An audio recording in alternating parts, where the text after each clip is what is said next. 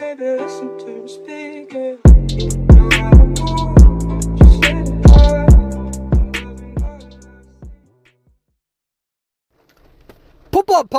Pop, persuadable. What is going on, boo-boos? So, no dad joke today. We're going to get right into the video because I waste too much time. So, in this video, I want to show you how I have been escaping solo and helping you out with a few of those strategies. Make sure you check the YouTube comments because I'm sure other people will have their own sort of stuff. So I've been ranking in NAEU and Southeast Asia, and it's been really tough because the average kite is probably, I can't make this up, it's probably 25 to 30 seconds, the most.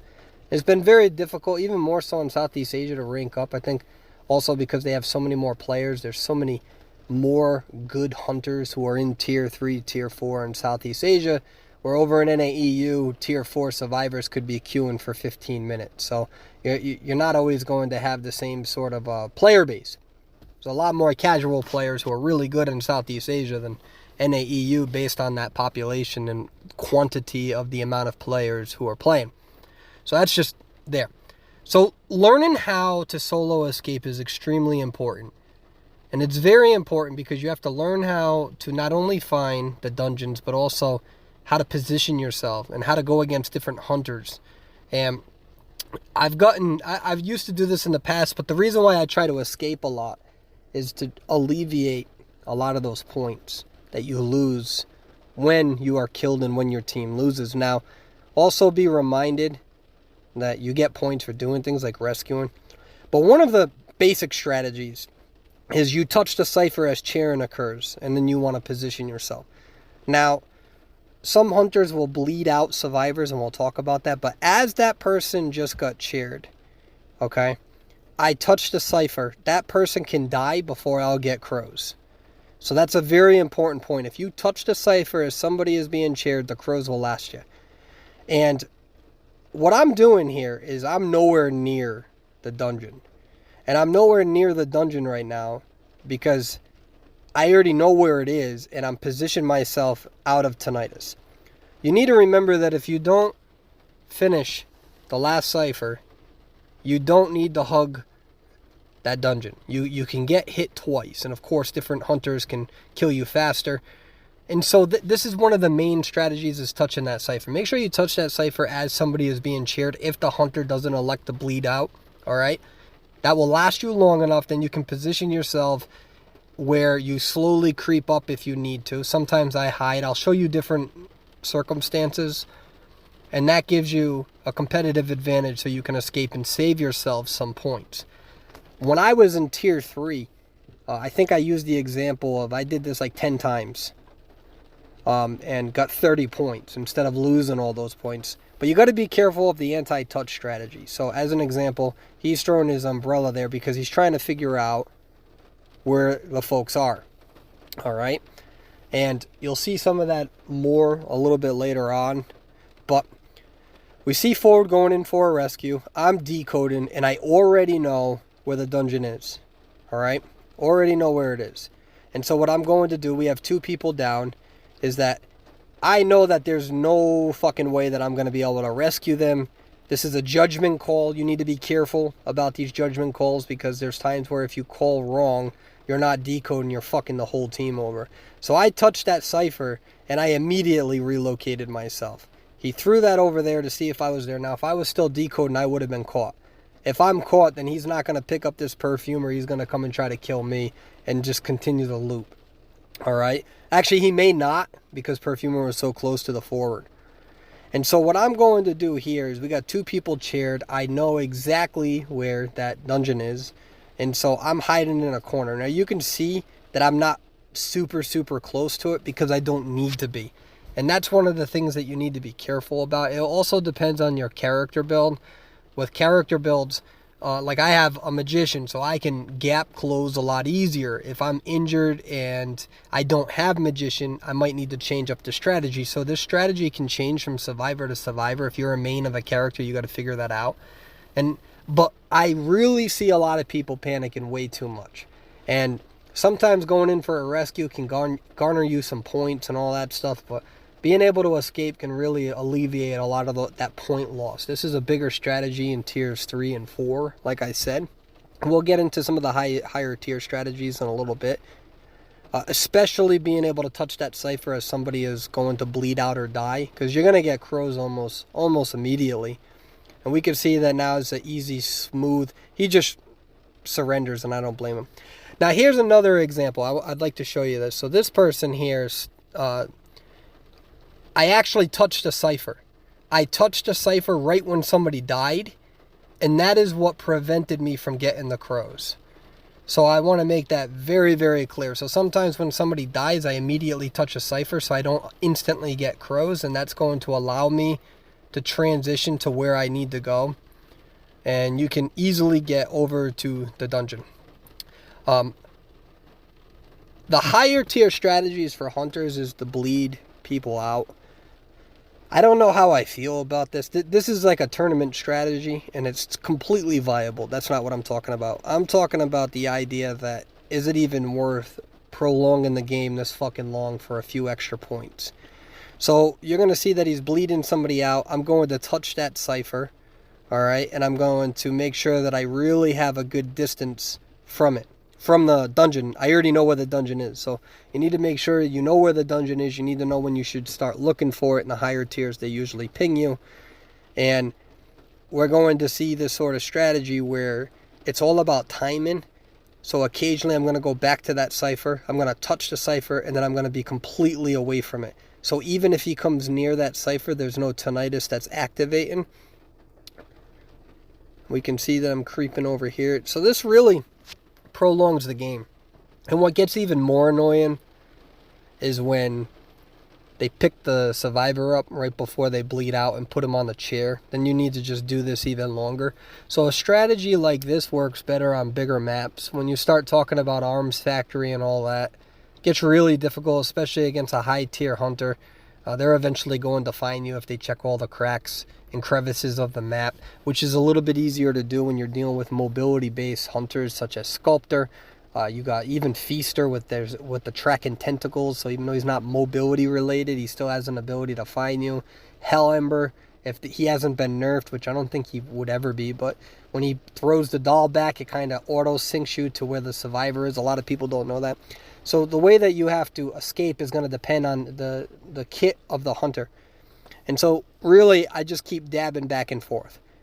And I keep dabbing back and forth. Again, I'm not injured. I have my wands. I can usually safely get to the basement or dungeon. This, again, gets a little bit more complicated if you're dealing with somebody like Mind's Eye that doesn't have a gap closer, so to speak. So different characters are going to have different kits that help them escape. I think that needs to be considered when you're choosing your character for solo rank mode. You got to ask yourself not only who is a good kiter, who can rescue decently, maybe not too much of a decode and debuff, because again, the average kite in tier 3 and 4, I'm telling you, is probably less than 30 seconds. And this is consistent on both Southeast Asia and NAEU. So when I consider these sorts of things, one of the things that I ask myself is this character going to help me solo escape in the right circumstances? Now, sometimes I don't do this because I'm fucking lazy. It's a waste of time. So you can see that they died and I didn't touch a cipher, so I'm going to get those crows immediately.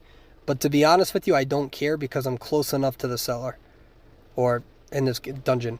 And it's an easy, smooth butter release. And we lose, but I gain some points. Now, this is another application of the rules. So we have somebody down who's being bled out right now. And I think they're eventually going to get cheered. And I'm over here trying to... This is me trying to fucking click out. Dude, the recording in this game is so fucking stupid. So you could see, I already know that the dungeon is over there. And I'm far enough away from a cipher where they're not going to get tinnitus. Now, this is a very risky strategy. You got to be careful because if you get caught out in the wide open, especially if a hunter switches to peepers, you're fucked. All right? But in the case of Magician gives me that kit that allows me to relatively have a decent shot of relocating in the wide open. It's not perfect, so I'm going to touch that cipher. I'm going to go back into my position here. All right? I'm doing this so I don't get the crows, but you got to be careful, again, with the survivor that you choose. If you choose the wrong survivor, this is almost a certain death of you being out here. But the way I look at it is that there is no definitive guide that will guarantee you an escape 100% of the time. When it comes to a solo escape, usually the odds are against you. A hunter should be able to find you and kill you within the allotted time between bleeding a character out, picking them up, and sharing them. So you can see that the hunter here is probably just losing patience. So it's not that the hunter's not good. It's not that the hunter doesn't know what they're doing. They're just like, fuck this. They're like, I'm just going to chair him and see if I can find this person in time. And if this hunter really wanted to be a tryhard, which, there's no disrespect with that, could have continued bleeding them out. Now, Naid and all that's very difficult because of that mobility. But there's a strategy that I like to use to buy me some time. And because the odds are against you, if you don't escape, you can't look at it as I didn't do a good enough job. This strategy is basically a cat and mouse game. Will the hunter find me? Now remember, there might be some tier 7 hunters, 6 hunters who are like, that wouldn't work on me, but that's fine. But the guide encompasses other tiers. So in tier 3, tier 4, a lot of this stuff will work. Especially if you're down to 1 cipher.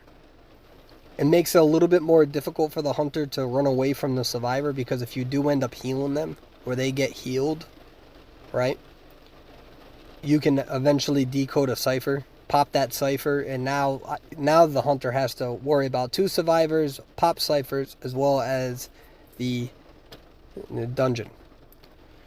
So this is another scenario. This is incredibly risky. I don't really recommend doing it, but it works, so it's pretty fucking fun. So we're at 2 ciphers. I'm not going to go over there and try to rescue them at this point. I'm not going to survive. This is Southeast Asia. I have 200 ping. I can't do anything fancy, and I don't have Tide Turner. So at this point, they're right next to each other. Even if I do get a rescue off, this is pretty much a guaranteed loss. If you're going against a good hunter, it's a guaranteed loss. So trying to go in and put myself in a position where I have to go and try to rescue and get myself injured, might not even pull the rescue off. Even if I do, he's going to down us. We're at 2 ciphers, and I mean we're at 2 full ciphers. It's not like we're at like 1 cipher at 99% and another one at 75. These ciphers aren't even touched. It's just, this is a losing game. There's nothing I can do. So I'm going to hide. I'm going to be relatively in the area. Again, I don't recommend doing this because if he checks the water, I'm fucked. But I like doing this strategy sometimes just because what I had to do is I had to retrain my brain. Whereas, like, normally I'd be super fucking pissed about this situation. Because, like, I'm just so tired of ties. I'm so tired of losing in these tiers. It gets exhausting. You can lose empathy and become a really miserable person. So, in situations like these, I'm like, fuck it. We're going to do some fun stuff and see where it goes. And see where I get at. You can see we can just easily get it. So, some special considerations. Alright. We talked about this briefly. We're going to mention it one more time. Be careful of feasters. Hell Embers, be careful of Sculptors. They all have abilities that can really track you down and have vision across the map. So in this case, I'm going to try to hide in a corner so it doesn't exactly give up my position. But remember, the tentacles, the direction that not only they spawn in, but the direction that they are released in show where you are on the map. So I'm trying to get like a corner angle. I kind of do a bad job here, but I'm trying to break line of sight against this Feaster. He did a really good job with that tentacle because he was able to differentiate where I was. I was hoping that he released it a little bit earlier because then it just shows I'm behind the building. But he actually did a good job. See that tentacle? Not only did he close off the route, but the direction that it points in differentiates which angle of the building I'm on, which was this side initially instead of the side I'm running on. So that was a very good move from the Feaster. But all in all, how I would conclude this is definitely pick some of the survivors who are good at escaping. I personally like Magician. Got to be careful about, again, Mercenary, First Officer, all them, just because of the decode and debuff. And the kiting time in this game has just substantially gone down, in my opinion. Alright, that concludes the video. Fuck it, I'm all set. Now, remember, one last final note. The burden is on the hunter to find you. So if you get found and you don't solo escape, you're not really supposed to. Good hunters won't allow it to happen. And if it does happen, it means that you just pulled off a really good trick. Good for you. You saved some points, and hopefully this guide has given you a few suggestions. I hope you have a good day now. Bye-bye.